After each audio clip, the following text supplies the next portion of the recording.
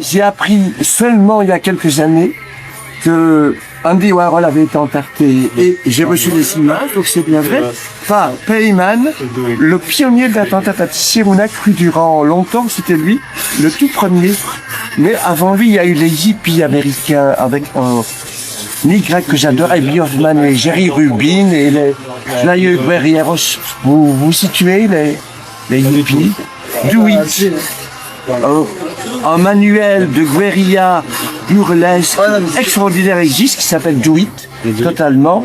Et durant la guerre contre le Vietnam, il y avait un tas de mouvements d'extrême gauche. La plupart étaient beaucoup trop sérieux, comme les Watermen ou les Black Panthers, je les aimais bien.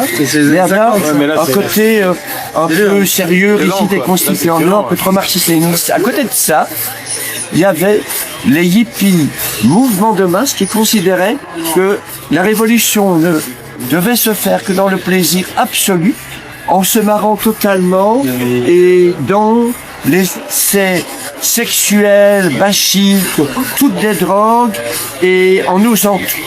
Et ils sont passés à la pratique, ils ont laissé ils ont réalisé un tas de canulars sensationnels et de coups d'éclat formidables, en même temps des milliers et des milliers, beaucoup plus marrants même que j'aime beaucoup les situationnistes, mais ils ont été plus loin que c'est là. Et ils ont notamment, chaque fois qu'ils étaient invités dans des émissions télévisées, ils ont tarté en direct. Donc les vrais pionniers sont l'attentat pâtissier ciblé. D'accord. La voiture de Bill Gates arrive toute sirène hurlant. Il sort, il y a donc 7 secondes pour opérer. Il sort avec ses gardes-corps armés. Sur ce, il est entouré à l'indienne par les entarteurs. Tout de suite, boum. La première tarte est envoyée par un Suisse. La deuxième tarte est envoyée par un Irlandais. La troisième tarte est envoyée par une Israélienne antisioniste. Et au moment où il va entrer au concert Nord, la quatrième tarte, en déboule notre ami Rémi Belvaux qui a réalisé cette arrivée près de chez vous et qui, en faisant gloup comme les autres, lui fout dans la tronche la quatrième tarte. Vous avez peut-être vu les images, elles sont très belles, donc il s'en est quatre en quelques moments et les gardes-cœurs n'ont pas dégainé, ils sont donc tous renvoyés en 7 secondes, ils sont donc tous renvoyés aussi secs. Et je dois dire que la pierre artisanale explosive a été un précieux adjuvant pour le moral des hordes de nation pâtissière.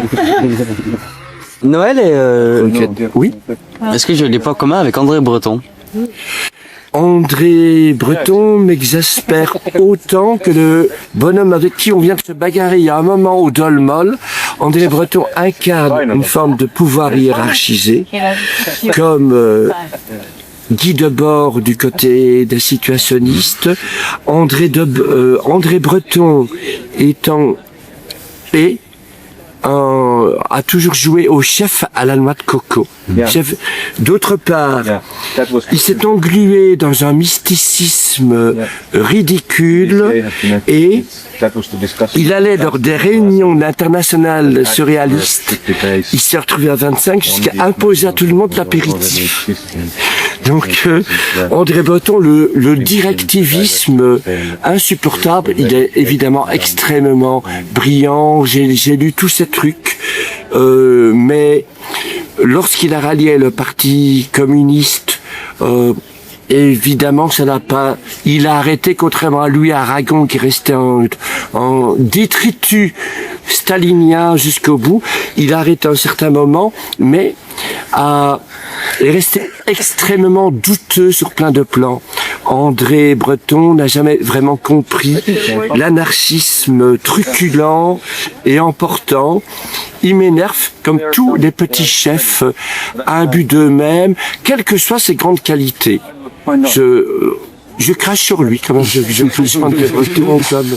sur Karl Marx et sur Guy Debord, que j'estime beaucoup, enfin Guy Debord, pas Karl Marx. D'accord. Il y a eu un type formidable, un des piliers du surréalisme, qui, sur tous les plans était magnifique, c'est Benjamin Perret. D'accord. Benjamin Perret qui a mieux parlé que personne, a mieux célébré les incendies d'églises en Espagne durant la guerre civile. Benjamin Perret qui a écrit les textes les plus virulemment anticléricaux qui existent. Et lui, ça ne lui est jamais monté à la tête. Il n'a jamais joué au petit dictateur. Il a toujours été à l'écoute de tous les nouveaux modes de subversion. Et viva Benjamin Perret. Et la plupart et viva les dadaïstes. Viva Dada. Viva Dada. Viva Dada. Dada vaincra. Mec, est-ce que tu peux nous reparler de Pinoncelli et de son action à Beaubourg? Mais c'est un bonhomme formidable, car Pinoncelli était extrêmement énervé par le fait que le fameux urinoir de Marcel Duchamp, qui était un acte de transgression dadaïste total, soit devenu presque comme un événement culturel académique des années après. Et comme ça l'énervait beaucoup, il a fracassé l'urinoir en question dadaïstement. Il a continué le mouvement dadaïste à sa manière, d'une façon qu'aurait dû aimer Marcel Duchamp et Tristan Tzara, tout à fait. Donc, mais il a eu plein d'ennuis avec les flics, et il était tout seul, il a osé le faire, et c'est pour ça qu'il mérite qu'on lui roule tous les trois un vrai patin. Tous les quatre. Tous les quatre. Pardon, je dis tous les trois alors qu'on est quatre. Oui, on est quatre. On est quatre. Allez, on est quatre. Je perds le sens de l'arithmétique avec ce Condamnement sur les 4 coups vers les Yorkiens. On se lève tous pour Noël. Non, C'est pas vrai. En carton, des sacs chiants couillons. On avait dit non non non non non non non non non non non non non non non Gloup, gloup, non mais là gloup, gloup, gloup. En carton, non non non non non chiant, non non là vous n'êtes pas sympa parce que Parle-nous du professeur Choron. Ah. Qui était le professeur Choron? Alors, d'ailleurs, pour les jeunes qui ont 20 ans à l'heure actuelle, qui était ce personnage? J'ai eu l'occasion de me trouver dans quelques émissions avec lui. C'était la provocation incarnée. Le professeur Choron était un délirant de la pire espèce qui considérait qu'il pouvait tout se permettre tout de suite et de la plus d'une façon totalement transgressive, voilà, sur le plan scatologique et tous les plans. Il n'avait aucune limite. On était quelques-uns aimaient beaucoup ce bonhomme. Il y a un film qui est pas mal d'ailleurs qui a été réalisé sur lui. Ceci dit, dans mes souvenirs personnels avec Choron, j'ai certaines réserves. On s'est retrouvés avec lui dans une émission sur la provocation sur RTL Belgique en pur direct. C'est le jour où il y a foutu une pêche à... Il y avait Choron, il y avait Lafesse, il y avait Yann Bucoy avec moi et Choron s'est senti dépassé sur sa gauche par Bucoy et totalement et a été extrêmement antipathique parce que quelqu'un était pire que lui dans cette fameuse émission qui a après laquelle le direct a été supprimé à RTL, le scandale était total. Grâce à Yann Bucoy qui a lancé, et il y a le principal animateur télé belge, de Deux Chevannes belge, qui avait eu l'imprudence de faire une émission sur la provocation avec nous, qui animait l'émission la plus suivie en Belgique, a perdu son émission du jour au lendemain, a été viré de la télé, de la radio, a dû entrer en psychanalyse. C'est faux, ça a déliré en direct. Et Choron était moche. Il trouvait que lui, Choron, que ça allait trop loin, que Yann Bucoy allait trop loin, avec sa poupée gonflable, en lançant des tripes sur le présentateur.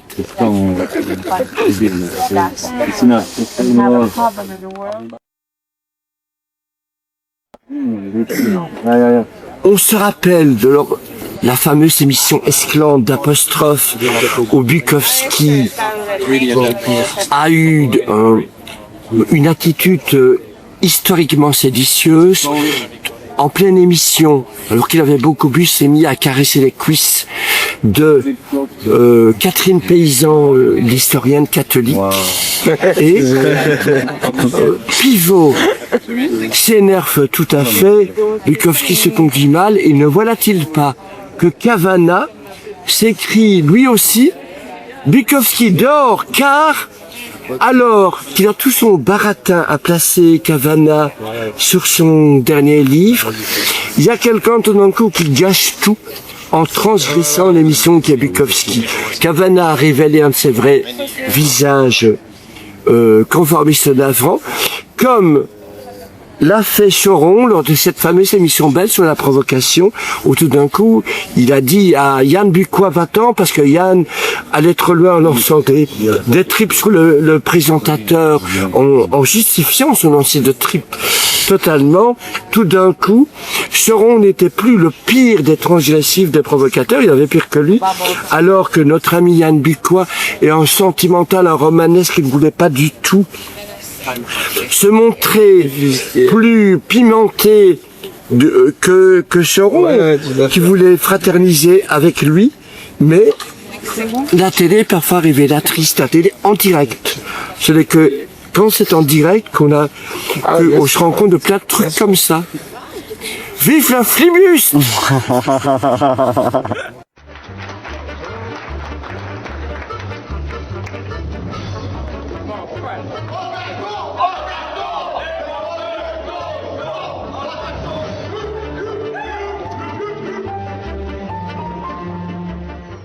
Mais saviez-vous que ça avait été régulièrement entarté? Non, je savais pas. Pour moi, et je que ça savais venait pas ça. souvent Personnellement, de la droite ou de ceux qui se proclamaient anards de droite, ce qui est non, je une savais pas aberration. ça. Que j'ai fait quand même entarter plus d'une cinquantaine de fois. Et que d'ailleurs, la plupart des fois que j'étais dans des émissions télévisées, des talk shows, j'ai été entarté en pleine émission, mais j'ai de très bons souvenirs de cette émission. Je vous donne un exemple. Daniela Lombroso, son émission La Première Fois, m'invite. Les invités racontent la première fois, dans mon cas la première fois que j'ai entarté. Et tout d'un coup, je menace pâtissièrement Jacques Chirac. Elle a fait placer des tartes sur la table. Elle est très énervée par moi, elle ne me supporte pas. Et Daniela Lombroso demande à David Douillet de venir m'entarter. David Douillet arrive. Hop, je me réfugie sur les genoux de Daniela Lombroso. Il m'entarte. Et sur ce, je me suis essuyé longuement et méthodiquement sur les nénés de Daniela Lombroso. Et j'ai pris la main de David Douillet et je lui ai dit, rejoins-tu l'internationale pâtissière, va entarter les crapules politiciennes? Et très stupidement, il a dit oui. C'est pas rendu compte. Stupide. Incroyablement, il dit oui. David Douillet. David Douillet, mais cette crapule totale, il ne réfléchit pas. Alors, pour être bon enfant, pour tout relativiser, il dit oui. Et je lui propose de se mettre entarté. On sonne la cloche ou un dernier verre, c'est le moment. Et ça a été souvent repris dans les making-of et dans les bêtisiers et tout le bazar. Et chaque fois qu'on m'a entarté durant une émission, je me suis dit, qui est le personnage le plus respectable autour de moi? Je me suis assis sur ses genoux et je me suis essuyé sur lui. La révolution aurait peut-être pu réussir si on avait détruit l'économie. Ceci dit, c'est après coup que je m'en suis aperçu. Durant les événements de 68, j'étais avec les anarcho-situationnistes sur les barricades. J'avais pas réfléchi. Mais c'est en réfléchissant des années après que je me suis rendu compte que je ne savais pas que toute l'économie dépendait d'un super ordinateur. Maintenant, tout est plus compliqué. Mais à l'époque, qui reliait tous les autres ordinateurs et que, en s'emparant de ce super ordinateur non protégé militairement, on foutait en l'air l'économie bourgeoise, donc on provoquait une catastrophe sans nom. Et c'est ça qu'il fallait faire. Dans les émissions télévisées, on n'arrête pas de dire qu'il n'y a pas de problème, il n'y a pas de modèle parfait. On entend ça tout à fait pour boucler la gueule des gauchistes sur les plateaux télé. Il n'y a pas de modèle parfait, tout a foiré. Les modèles de droite, les modèles de gauche, tout a foiré. Or, c'est pas vrai. Or, c'est pas vrai. Et personne n'est là dans les tas de shows télévisés pour dire il y a eu des réalisations collectives idylliques. Ouais, mais tu parles de collectif de 100 personnes. Non. Tu parles pas de pays, Non, quoi. de millions de personnes. Tu me parles de pays. Oui, de millions de personnes. Lors du début de la dite révolution russe, l'Ukraine s'est totalement libérée et Maintenant. des centaines de milliers de paysans se sont mis à vivre sans aucune loi, sans aucune hiérarchie, sans flics, sans la moindre contrainte. Et ça a marché. Dans C'est en Amérique du Sud, ça. l'autogestion totale. C'est en Amérique du Sud que ça s'est passé, ça. Ça Ce s'est sont des passé. petits groupuscules en Amérique du Sud. Oui, mais ça c'est différent. Et ça marche, mais c'est vraiment sur une Attention, petite centaine de sur une personnes, quoi. grande Vraiment échelle. Moi, c'est non. ça que Qui je s'est parle. passé à fond en Ukraine. Je suis anarchiste, mais En l'anarchie, 1919, c'est vraiment une communauté de 100 personnes, pas à plus. Kronstadt, ça marchait à fond. Et durant la guerre civile espagnole, des régions entières ont été libérées, dont la Catalogne. Et dans les régions libérées en question, plus de contraintes, plus d'argent, plus de travail imposé, toutes les décisions prises par tout le monde, et ça marchait à fond. Ça marchait à fond.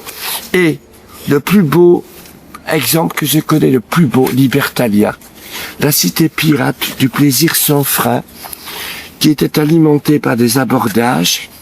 Là-bas, ils étaient des milliers, pas de loi, tout le monde s'entend ensemble, pas de rapport imposé d'aucune manière, et ça a existé à fond dans le plaisir total, ça existait à Libertalia. Dans chaque cas, il y a eu répression sanglante, en Ukraine, à Kronstadt, en Espagne, à Barcelone, il y a Libertalia. L'utopie en acte, totalement, qui démontrait que le bonheur collectif absolu pouvait se réaliser, était réprimé dans le sang. On a des exemples historiques qui sont niés par la droite, car elle ne les connaît pas tout bonnement, qui ont existé. À partir de là, on peut dire l'utopie la plus merveilleuse, la plus impossible, puisqu'elle a existé. Merci Noël. À très bientôt. Des gros embrassements.